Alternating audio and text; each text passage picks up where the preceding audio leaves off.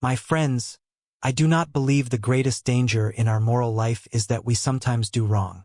The far greater danger is that we learn to explain why we were entitled to do it. Sin, by itself, can still alarm us, but self-justification gently puts us to sleep. Conscience, when it is healthy, speaks very briefly. It does not write essays, cite circumstances, or request additional time. It simply says, "This is wrong." Yet almost immediately another voice appears. Smoother, more intelligent, more accommodating. This second voice does not deny the truth. It merely proposes a discussion. And at that moment, evil does not need to break down the door. It has been invited in as a guest. What makes self-justification so dangerous is not that it lies outright, but that it blends truth with excuse. It admits the action is questionable, then places it within a wider frame to soften its seriousness. A lie becomes protecting someone's feelings. Selfishness becomes self-care. A moral compromise becomes being realistic. Evil rarely advances by leaps. It advances by small steps, each carefully wrapped in reasonable language. One of the enemy's cleverest strategies, as I have suggested elsewhere, is not to make us deny what is right, but to delay obeying it. Self-justification is the perfect instrument for delay. While you are still explaining yourself, you do not have to change. While you are still searching for reasons, you do not have to repent. And in that interval, evil quietly takes root. Notice something particularly unsettling. We reserve self-justification almost entirely for ourselves. We are strict judges of others and remarkably gentle advocates for our own case. We call another person's hardness of heart a vice, but our own hardness we rename a wound. We condemn pride in others, but excuse it in ourselves as self-respect. This partiality does not make us wicked. It makes us dishonest, and dishonesty is the soil in which evil grows best. The Christian faith does not ask us to become cruel toward ourselves, but it does demand honesty.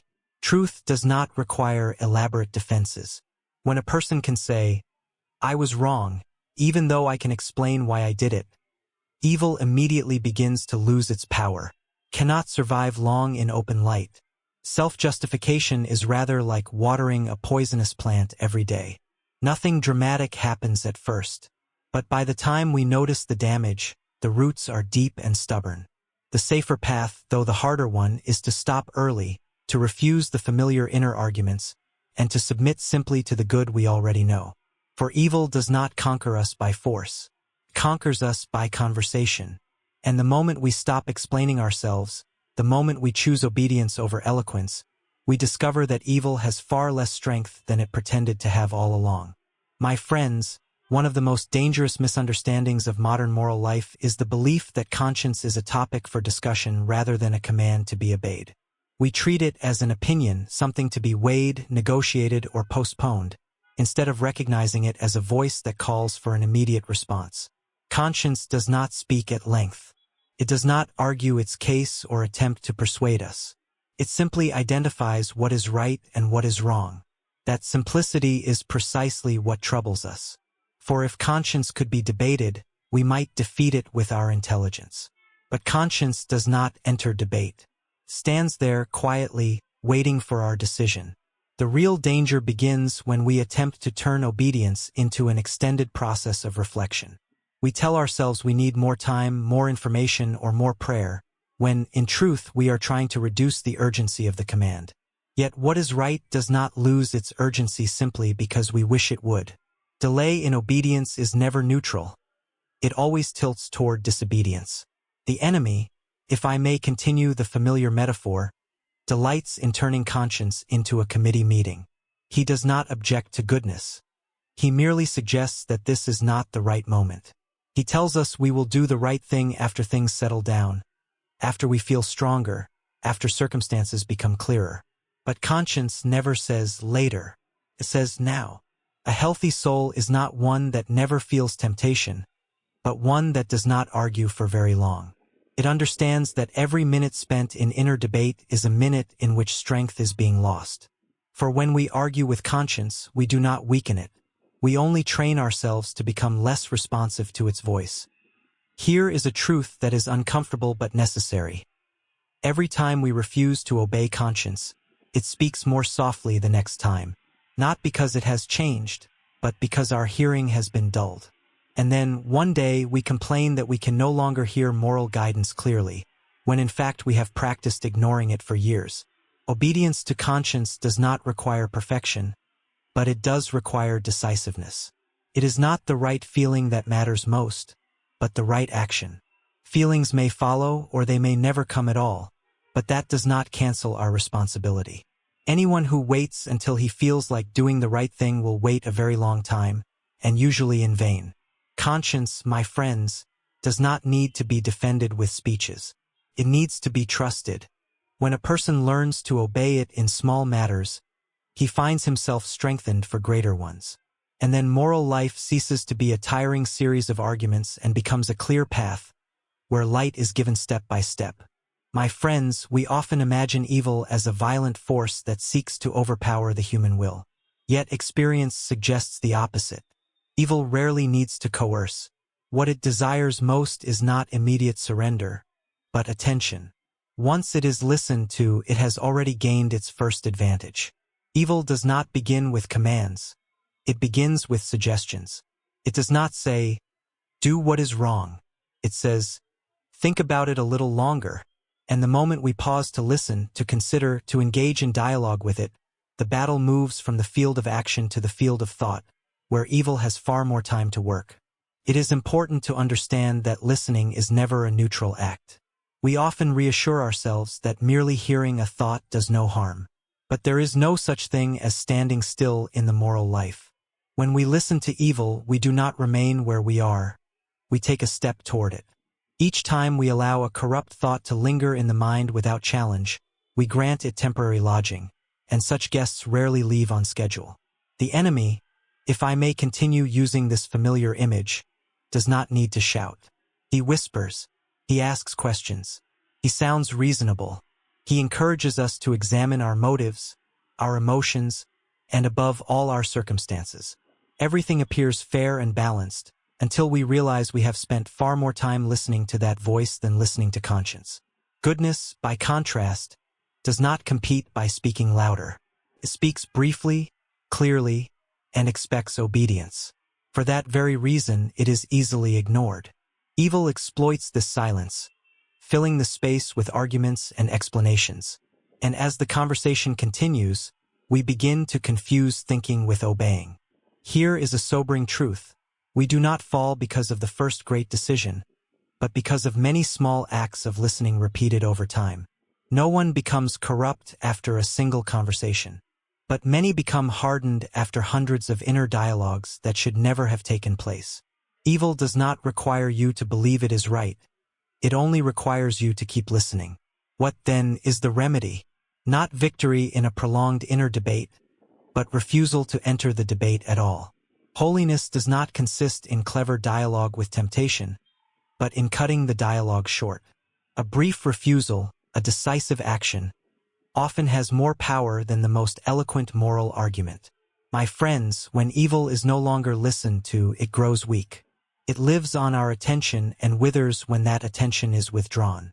And in that silence, not the silence of emptiness, but the silence of resolve, the human soul recovers its freedom. My friends, one of the clearest signs by which truth may be recognized is its simplicity. Truth does not require ornament, nor does it rely on excessive explanation. It stands on its own, complete and sufficient. Falsehood, on the other hand, is rarely brief. It must explain itself, defend itself, and continually adjust its shape in order to survive. When a statement is true, it needs only to be spoken. When it is false, it must be supported by a growing structure of reasons, justifications, and exceptions.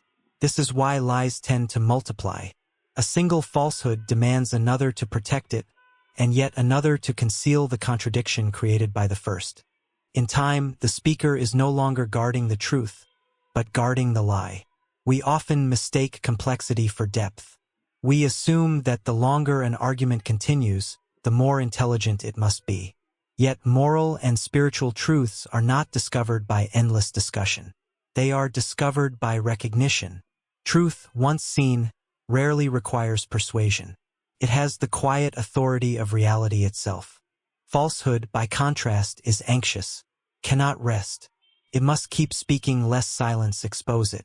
It fears brevity because brevity leaves no room to hide. This is why deceit delights in long explanations and tangled reasoning. It hopes that, by the time we reach the end, we will be too weary to notice that the beginning was unsound. Consider how often we justify our wrong actions with elaborate reasoning. Rarely do we say simply, "I was wrong." Instead, we produce circumstances, emotions, intentions, and comparisons. Each explanation may sound reasonable, but together they reveal something troubling. Truth would have required far fewer words. Goodness, like truth, speaks plainly. It does not flatter the intellect with cleverness, nor does it overwhelm the mind with argument. Presents a clear path and waits for obedience. Falsehood, unable to command, seeks to persuade, and persuasion, when dishonest, must be long.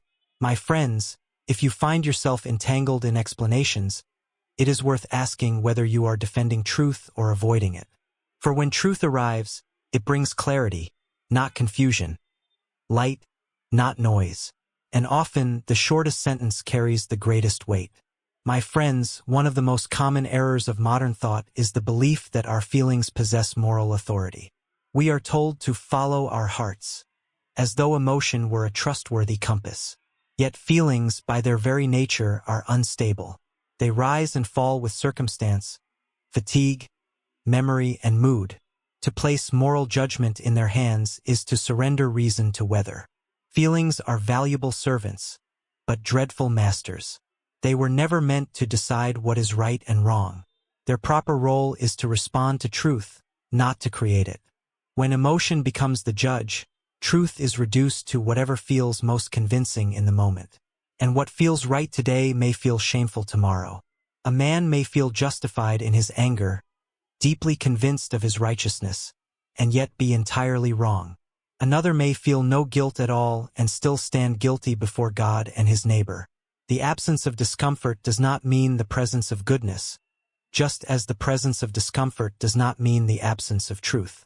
Moral reality exists independently of our emotions. It does not bend to our preferences, nor does it ask permission from our feelings. Conscience speaks in the language of obligation, not emotion. It says, "You ought," not "you feel." When we replace that voice with emotion, we silence the very guide meant to correct us.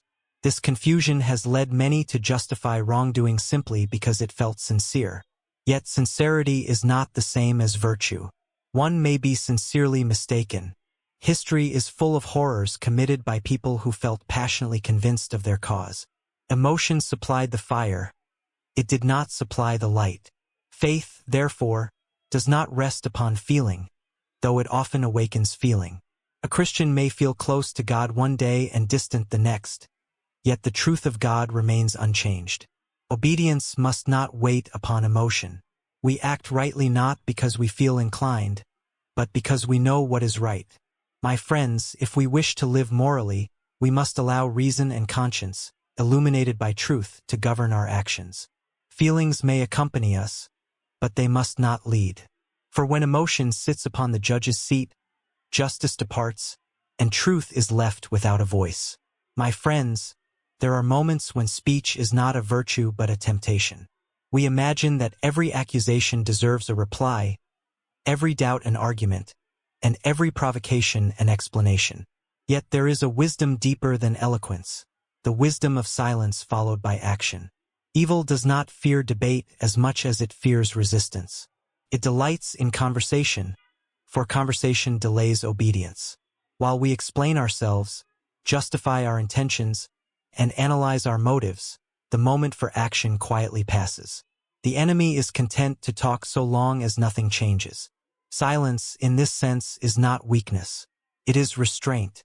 It is the refusal to grant falsehood the dignity of a response. There are lies that do not deserve answers, and temptations that lose their power when ignored. To argue endlessly with darkness is to acknowledge it as an equal. To act against it is to deny it authority. Decisive action is the language of truth. When a man knows what is right, he need not defend it at length. He must do it. Obedience requires far less explanation than disobedience. The moment we act upon what we know to be true, confusion retreats and clarity returns. We often delay obedience by seeking perfect understanding. We say we will act once every question is settled. But moral clarity does not come from endless reflection. It comes from commitment. Light is not found by staring into the darkness, but by stepping forward. Evil thrives in hesitation. It persuades us that more thought is always necessary, that silence is avoidance, and that action without discussion is reckless. In truth, prolonged hesitation often disguises fear. Silence paired with righteous action is not escape, it is courage. My friends, learn when not to speak. Learn when explanation only strengthens the very thing you seek to defeat.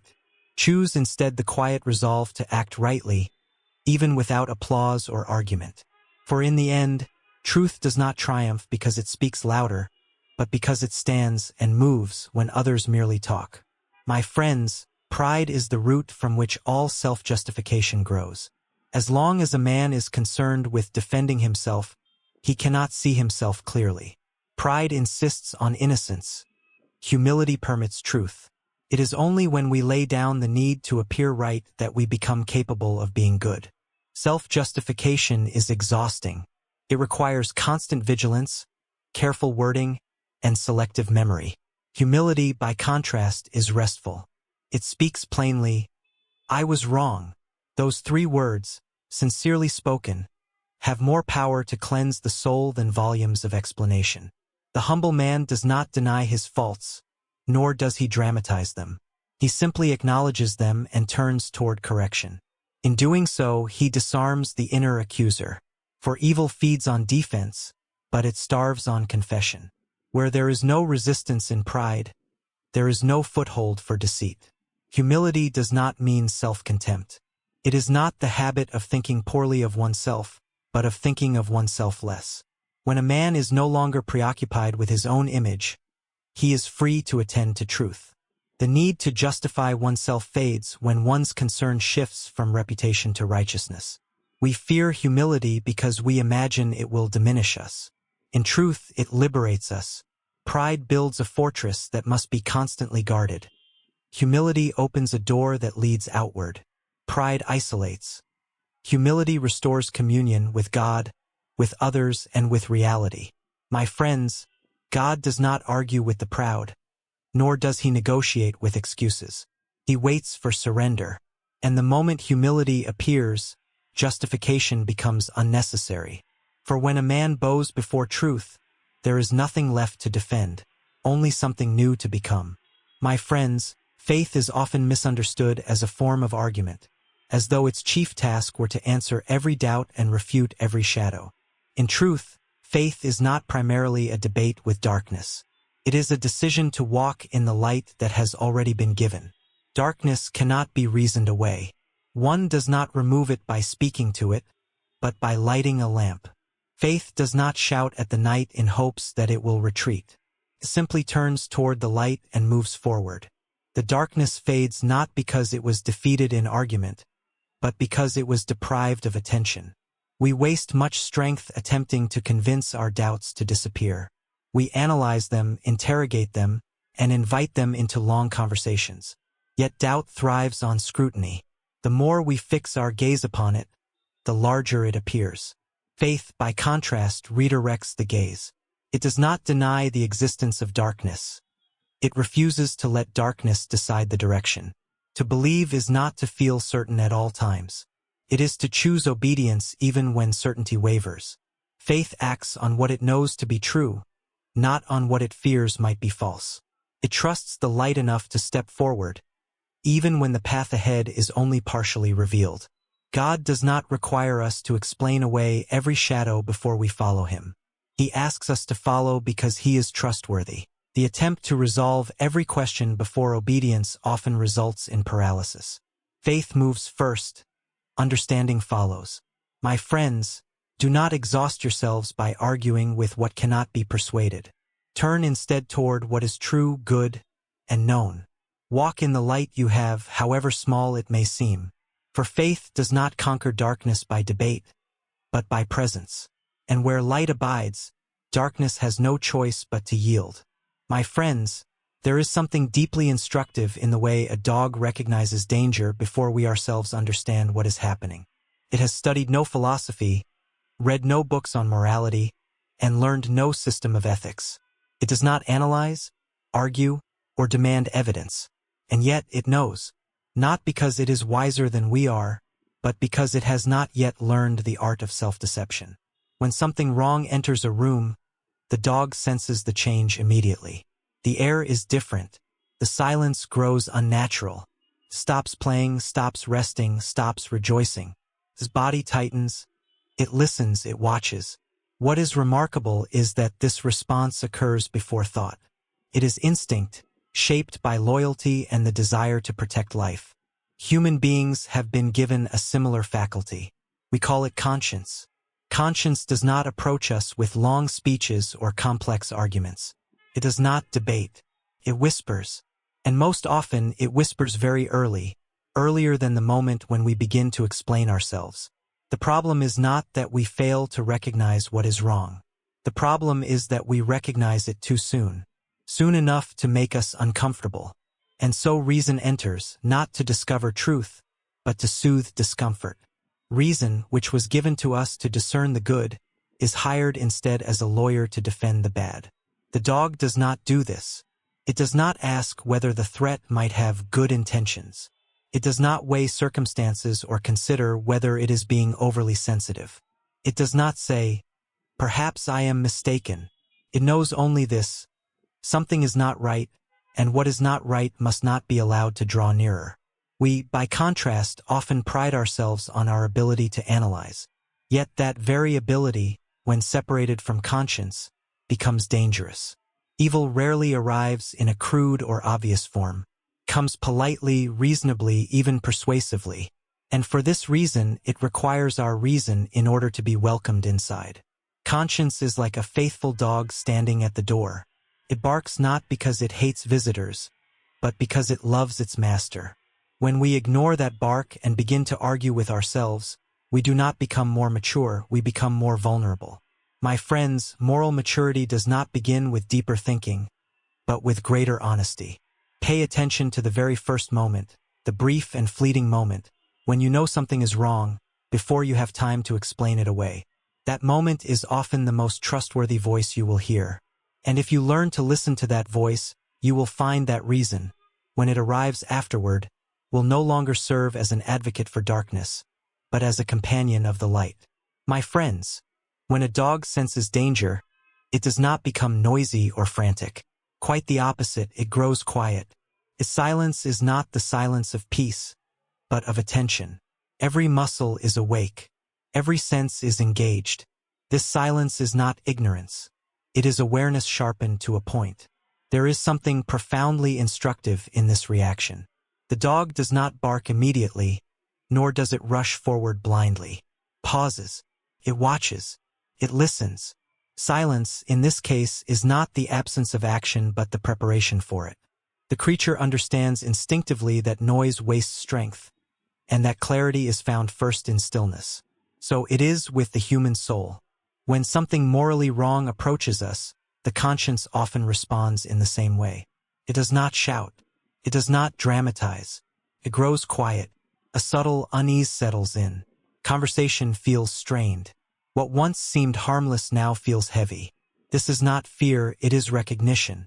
Yet we modern people are deeply uncomfortable with such silence. We rush to fill it with words. We explain, justify, distract, entertain. Silence feels accusatory to us, as though it were demanding an answer we do not wish to give. And so we talk, not to discover truth, but to drown out the still voice that has begun to speak. Evil understands this well. It prefers noise to silence, chatter to reflection. It flourishes in constant commentary and endless explanation. A quiet soul is difficult to manipulate, for silence leaves room for conscience to be heard. Noise, however, gives falsehood many places to hide. The dog's silence is honest. It does not pretend that everything is normal when it is not. It does not soothe itself with optimism. It allows the tension to remain because the tension itself is meaningful. We, by contrast, often treat inner tension as a problem to be solved rather than a warning to be heeded. There are moments when the most faithful response is not to speak at all. Silence can be an act of resistance. It refuses to cooperate with deception. It withholds agreement. It does not rush to make peace with what should not be made peaceful. But let us be clear, this silence is not passivity. It is vigilance. It is the calm before commitment. Just as the dog's stillness precedes its defense of what it loves, so moral silence precedes decisive obedience. The quiet soul is not undecided, it is attentive. My friends, learn to respect the silence within you when it appears. Do not hurry to escape it. Ask instead why it has come. For that unusual stillness often signals that truth has entered the room before words have caught up. If you allow that silence to remain unbroken for a moment longer, you may find that it does not accuse, it guides. And in listening to it, you may discover that the soul, like the faithful dog, knows more than it can yet explain. My friends, when a dog recognizes true danger, it does not retreat into safety. Instead, it steps forward. Almost instinctively, it places its body between the threat and the one it loves. This act is not calculated, nor is it heroic in the theatrical sense. It is simply loyalty made visible. The dog does not ask whether it is strong enough to win.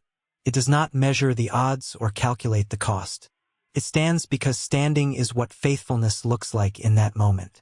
Its body becomes a boundary, a living line drawn between what must be protected and what must be resisted. In this image, we see a powerful truth about conscience. A healthy conscience does not merely warn us that something is wrong. It urges us to take a position.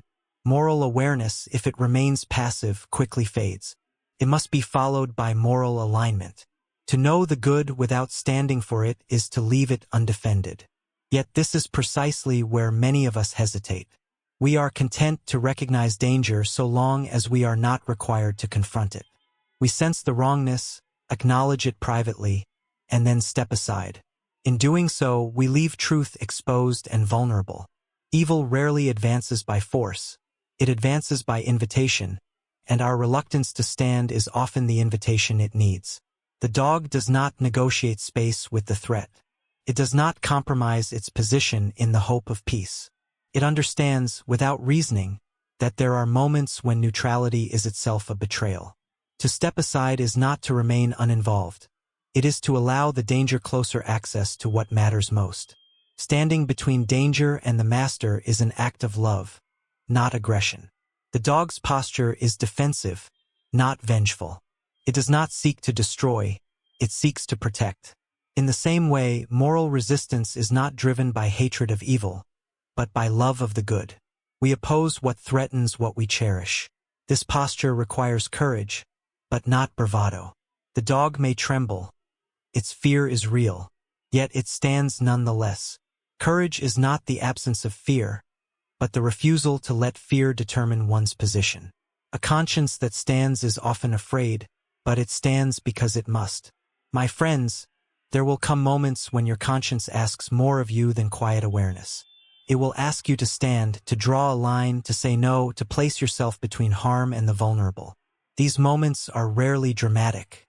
They are often lonely and unnoticed, but they are the moments in which character is formed. When you stand in such moments, you are not merely resisting evil. You are bearing witness to what you love. And like the faithful dog, you may discover that in placing yourself between danger and what is good, you become stronger. Not because the danger disappears, but because loyalty has taken shape in action. My friends, one of the gravest mistakes we make when faced with evil is the desire to understand it before we resist it. We imagine that clarity must precede obedience, that comprehension must come before refusal. Yet the dog teaches us a wiser order. When it senses a threat, it does not pause to analyze the creature's motives, history, or psychology. It does not seek to understand the danger. It responds to it. The dog knows something we often forget. Not everything that can be understood should be entertained. Some dangers grow stronger the longer they are examined. Curiosity, when misapplied, becomes an open door. Evil does not ask first to be obeyed. It asks first to be studied, discussed, and considered reasonable. We modern people place great faith in analysis. We assume that if we can explain something, we have somehow mastered it. But there are realities, especially moral ones, that are not diminished by understanding. A poison does not become harmless because we know its chemical formula. Likewise, temptation does not lose its power because we have named it. The dog does not dignify the threat with dialogue. It does not grant it the status of a conversation partner. To engage is to acknowledge equality. To respond is to assert priority. The dog's response is simple. This does not belong here, and that simplicity is its strength.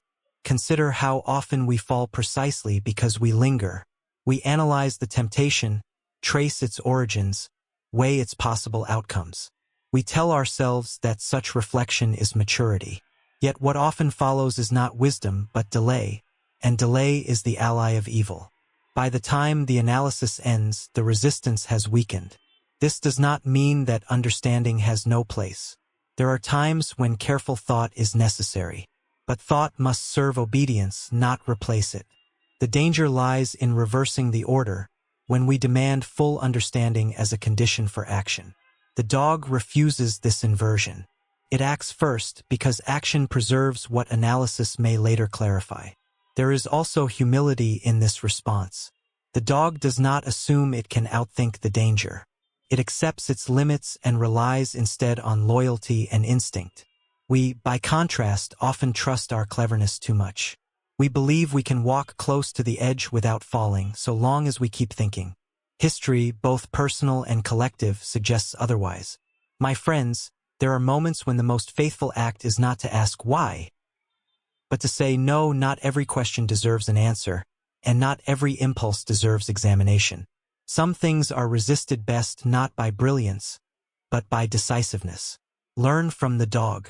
When something threatens what is good, do not invite it into prolonged conversation. Do not attempt to understand it on its own terms. Respond instead with clarity and resolve. For evil is often undone not by being exposed as complex, but by being refused as unacceptable. And in that refusal, you may discover that wisdom arrives, not before obedience, but because of it. My friends, courage is often misunderstood as the absence of fear. We imagine the brave man as one who feels no trembling, no uncertainty, no inner resistance. But the dog teaches us a truer lesson. When it stands before danger, it may shake. Its body betrays fear, yet it does not run. And in that refusal to flee, courage reveals its real nature. Fear is not the enemy of virtue. Surrender to fear is. The presence of fear tells us that the danger is real, not that resistance is pointless. Indeed, if there were no fear, there would be little need for courage at all. Courage appears precisely where fear is strongest and obedience is still chosen. The dog does not deny its fear, nor does it dramatize it. It does not turn fear into an excuse for withdrawal. It remains where it must be, not because it feels strong, but because it knows what must be protected. Loyalty holds it in place when comfort would urge retreat. So it is with the moral life. There are moments when conscience calls us to stand firm even while every emotion urges us to escape. We fear misunderstanding, rejection, loss, or pain. These fears are natural. They do not disqualify us from obedience. What disqualifies us is allowing fear to decide for us. Many imagine that faith will remove fear before it demands action. In practice, the opposite is often true. Faith asks us to act while fear remains. It does not promise emotional reassurance in advance. Instead, it offers something firmer, the assurance that obedience is worth the cost, even when the cost is felt deeply. The dog's trembling is honest. It does not pretend confidence it does not possess, and yet its honesty does not weaken its stance. There is something noble in this combination of fear and fidelity. It reminds us that strength is not always loud or imposing.